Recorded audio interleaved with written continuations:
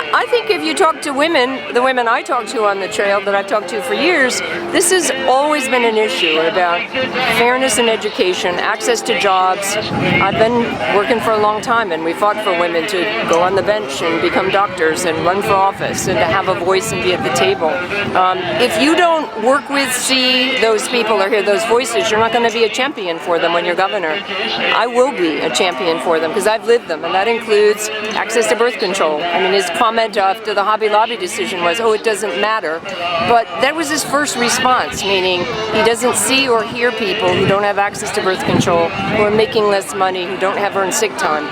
I'm going to be a voice for them. And by the way, I'm going to be a voice for businesses all over Massachusetts. I believe that we can roll out the red carpet for businesses, and we will make sure that we include everybody. Women, people who haven't had an entree into that. That's what this race is about, is fairness and turning Massachusetts around for everybody. I know we can do it.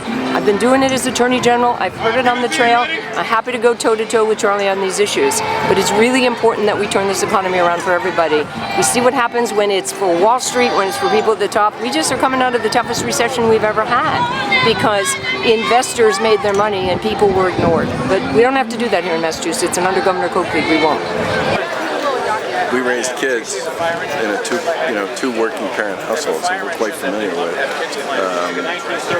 all the issues that affect working families and working women. And I have a 17-year-old daughter. I want her to have every opportunity to do whatever she wants with her life. And when I was at Harvard Pilgrim, 7 of the 12 directors on my board of directors were women, and a big piece of our management team was. And I think a lot of the positions that we've taken, specifically with respect to creating more jobs and improving the quality of our schools and building great communities across the Commonwealth, those are issues that women care about just as much as men do. And I feel very good about our position on women, and we're going to continue to promote our agenda between now and Election Day, and why we think Karen Polito and I are the right people for the job. You know something?